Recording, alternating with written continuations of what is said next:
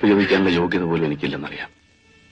എന്നാലും ഞാൻ ചോദിക്കാം, ഗീതക്കുഞ്ഞ് എന്നോട് ക്ഷമിക്കണം.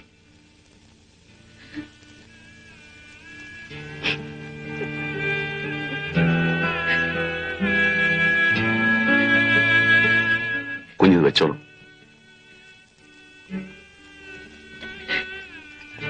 പഴയ പരമ തന്നാ കുഞ്ഞു വാങ്ങുമെന്ന് എനിക്കറിയാം.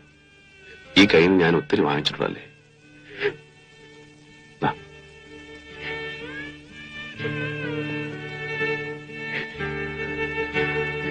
നീ ആ തുണിക്കല ജോലിക്ക് പോകണ്ട. കുറച്ചു പണം അമ്മയ്ക്ക് അയച്ചു കൊടുക്കണം.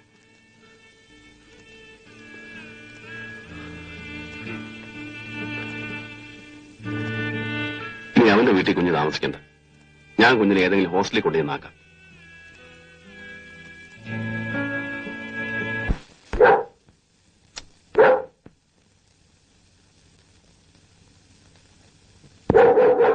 ₹50,000.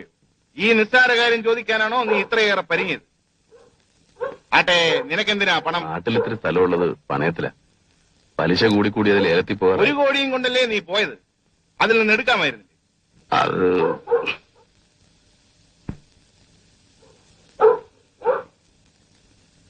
നാട്ടിൽ പോയാൽ ഉടനെ മടങ്ങി വരണം. ശരി, 2 ദിവസത്തിനുള്ളിൽ ഗൾഫ് പാർട്ടി വരും. നീ കാർ കൊണ്ടുപോയിക്കോ. കാറ് വേണ്ട സാർ, അത്രയും ദൂരം ഡ്രൈവ് ചെയ്ത് പോകാൻ വയ്യ. പനി തീരെ വിട്ടു മാറിയിട്ടില്ല. നിന്റെ ഇഷ്ടം. എപ്പോഴാ പോകുന്നത്? രാവിലെ.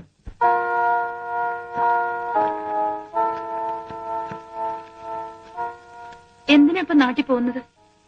സ്ഥലം ലേലത്തിൽ പോയെന്നല്ലേ എന്നോട് പറഞ്ഞത്? കാലണ കയ്യിലില്ലാത്ത കാലത്ത് ലേലത്തിൽ പോകുന്നും പോവാത്ത ഒരുപോലല്ലേ.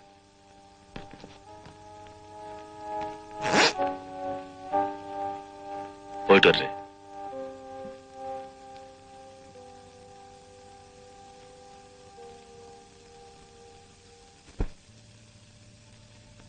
ഇത് ഒരുപാട് കാശുണ്ടല്ലോ. ഒരുപാടൊന്നുമില്ല, 50,000 രൂപയുള്ളൂ. ഇനി കുഞ്ഞിന്റെ വിവാഹം നടത്തി തരേണ്ടത് എന്റെ കടമയാണ്. എന്റെ അതെ, എത്ര ആഘോഷമായിട്ട് നടത്തേണ്ടതായിരുന്നു കുഞ്ഞിന്റെ അച്ഛനുണ്ടായിരുന്നു. ശരിയാണ്. ജയിലിൽ കിടക്കുമ്പോഴും അച്ഛന്റെ വലിയൊരു ആഗ്രഹമായിരുന്നു എന്റെ വിവാഹത്തിൽ പങ്കുകൊള്ളണമെന്ന്. ജയിൽ സൂപ്രണ്ടിനോട് എന്നും കെഞ്ചുമായിരുന്നു പരോളിൽ വിടാൻ. മോഹന്റെ അച്ഛനൊരു മര്യാദ കാണിച്ചു. ജയിലിൽ ചെന്ന് അച്ഛന്റെ മുഖത്ത് നോക്കി പറഞ്ഞു വിവാഹം സാധ്യമല്ലെന്ന്. എനിക്കൊരു വിഷമവും തോന്നിയില്ല. പക്ഷെ അച്ഛൻ ഒരു കണക്കിന് അതാ ഭാഗ്യം. ഉറങ്ങിക്കിടക്കുമ്പോ ആരെയും ബുദ്ധിമുട്ടിക്കാതെ അച്ഛനാ ഭാഗ്യം അർഹിക്കുന്നുണ്ടാവില്ല. ഓ, അമ്മയോ? ഭ്രാന്താശുപത്രിക്കുള്ളിൽ ഇങ്ങനെയുള്ള വികാരങ്ങളൊന്നും കടന്നു ചെല്ലാറില്ലല്ലോ. അച്ഛൻ മരിച്ചതറിഞ്ഞിട്ടും അമ്മ ഒന്നും പറഞ്ഞില്ല.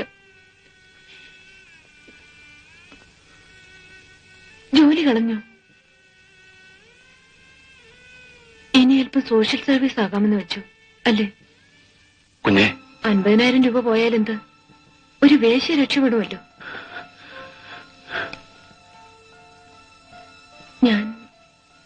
ഞാനൊന്നും മനസ്സിൽ വെച്ച് പറഞ്ഞതല്ല. ഈ പണം കൊണ്ട് ചിലപ്പോ ഒരു ചെറുപ്പക്കാരന് വാങ്ങാൻ കഴിഞ്ഞേക്കും. ഇത്രയും കാശ് കൊടുക്കുന്നതല്ലേ. സെക്കൻഡ് ഹാൻഡ് ആണെന്ന് അറിഞ്ഞാലും വാങ്ങാൻ ആള് കാണും. അതിലും ഭേദമില്ല പരമച്ചേട്ടാ ജോണി. സമയം ഒരുപാട് വൈകി. ഞാൻ പോട്ടെ. ഇനി എന്നെ കാണാൻ വരരുത്. കുഞ്ഞെ,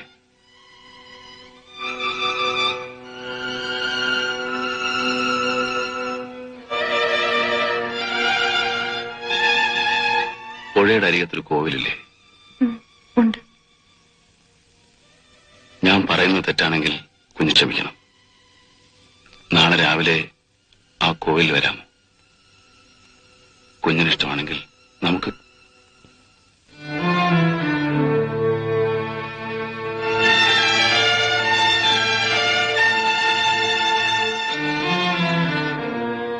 കുഞ്ഞിനിഷ്ടമാണെങ്കിൽ മാത്രം.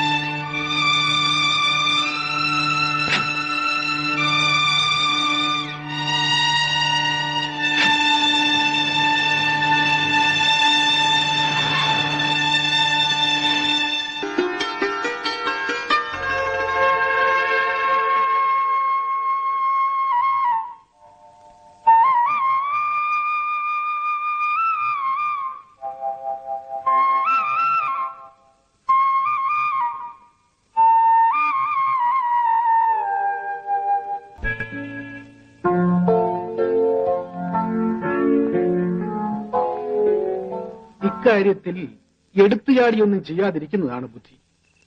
അവന്റെ 1 കോടിയാണ് നിന്റെ കയ്യിലുള്ളത്. അത് ചോദിക്കാൻ അവൻ വന്നേ പറ്റൂ. വരുമ്പോഴോ പണം കൊടുത്തു വിടണം? കൊടുത്തുവിടണം, പക്ഷെ പണവുമായി എസ്റ്റേറ്റിൽ അവൻ എത്താൻ പാടില്ല. ഓ എന്ന് മഹർഷി സാറിനോട് ഞാനൊന്നും ഒളിച്ചു വെക്കുന്നില്ല.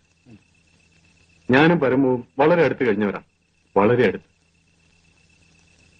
അത്ര പെട്ടെന്ന് പൊട്ടിച്ചെറിയാൻ കഴിയാത്ത പല പഴയ കടപ്പാടുകളുമുണ്ട്. പക്ഷേ ഇന്നെന്റെ ഏറ്റവും വലിയ ശത്രു അവനാണ്. സാറേ, എന്റെ കയ്യിൽ പണമുണ്ടെന്നേ ഉള്ളൂ. മനസമാധാനത്തോടെ ഒരു രാത്രി ഉറങ്ങിയിട്ട് നാളുകൾ എത്രയായെന്ന് അറിയാമോ?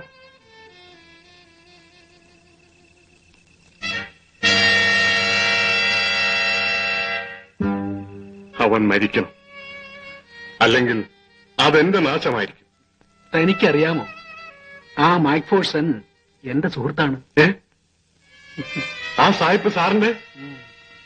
ഓ ഗോഡ്, എങ്കിൽ സംഗതികളെല്ലാം എളുപ്പമായി. എനിക്കൊരു പെഗോടെ അടിക്കണം. അയ്യോ, മതി മതി മതി.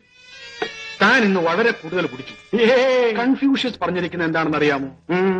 കുടിക്കുന്നത് കൊണ്ട് കുഴപ്പമില്ല, പക്ഷെ ബോധം മറയുന്നവരെ ആകരുതെന്ന്. ഏത് കൺഫ്യൂഷൻസാ മഹർഷി സാറേ? കാവിൽ ജോണിയുടെ കപ്പാസിറ്റിയെ കുറിച്ച് അയാൾക്ക് എന്തറിയാം?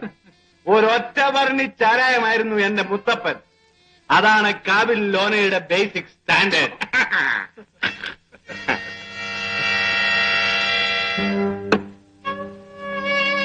സാറ് പറഞ്ഞത് നേരാ, കുറെ കൂടുതൽ കുടിച്ചു. ഇവൻ മദ്യമാണെന്ന് വിചാരിച്ചാൽ ഇനി ഇറങ്ങത്തില്ല. അതുകൊണ്ട് ഇവൻ മദ്യമല്ല, രക്തമാണ്. പരമുവിന്റെ രക്തം.